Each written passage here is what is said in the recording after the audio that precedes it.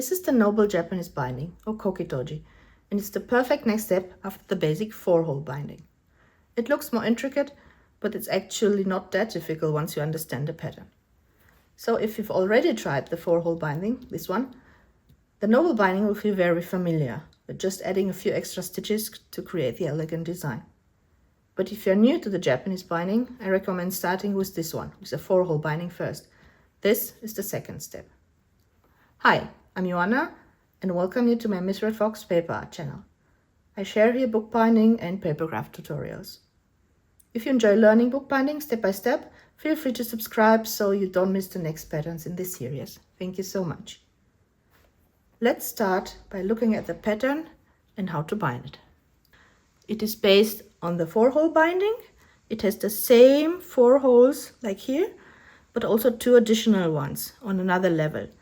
And the space between this line and this line is identical. So this is in the middle from here to here. These spaces are the same, and these two and these two also. So I have 1.5 centimeters here, here, here, and here are about 4, but that depends on the size of the book. So if your book is larger, you'll have larger spaces. If your book is smaller, you'll have smaller spaces or gaps.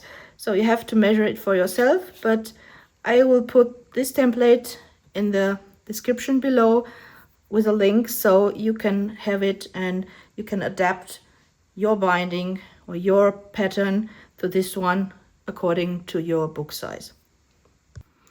Before I show you how this pattern works, some words about thread lengths. You probably wonder how much you need to make this binding. Well, I don't know of a general formula for calculating thread lengths for Japanese step binding, but I can tell you what I do. I measure all these gaps and here and here and here on my pattern, take the book thickness into consideration, so like this one at the spine, which I don't have here on this cardboard, take into consideration that I have the book thickness also in the holes and not only here at the front and on the sides, and then multiply everything by 2 because we have the same pattern on the back side and on the front side. And then I add about 20 to 30 centimeters to the calculated length, and I'm probably good to go. And give it a try if this works. The thing is, for Japanese step binding, it is better to have a longer thread and to be able to cut it in the end, compared to having a too short of a thread and having to make a knot and to add a little bit to it, and it doesn't look good. So you want one thread and to be long enough so you can finish your project. I have numbered the holes so you can follow easier, and I will start on the back side like with the 4-hole binding in hole number 2. And I will leave a tail of about 5 to 10 centimeters, which I will tape into place so it doesn't slip away. The first part is exactly like a 4-hole binding. We go to the left and first around the spine.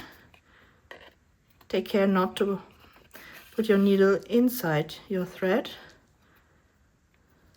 So pull tight and go to the left from hole number 2 into hole number 3 and around the spine from front to back into hole number 3 again. Take your time. Now on the back, from back to front into hole number 4, we've made this gap, around the spine into hole number 4 again, and around the edge from back to front, hole number 4. Now this is the beginning. This is exactly how I would start the 4-hole binding, and I could go back now, but we still have this hole to fill. So I go diagonally from 4 into 4A, then around the spine and into 4A again,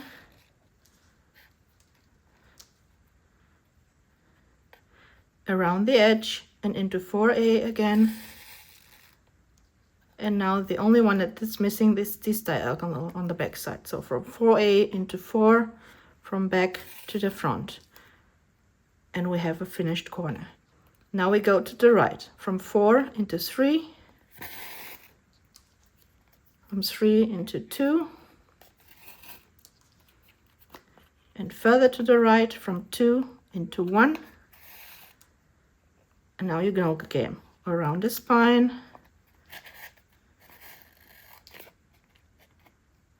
around the edge,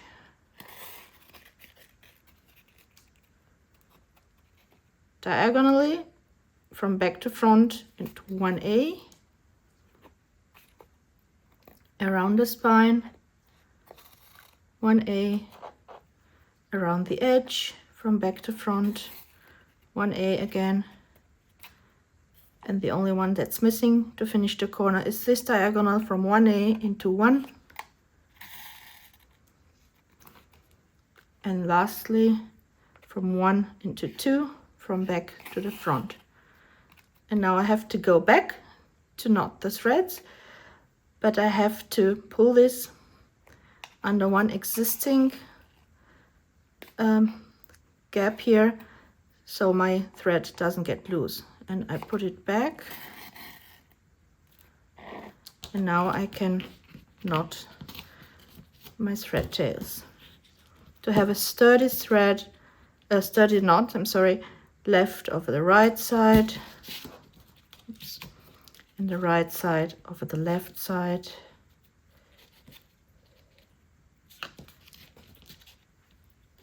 And then cut.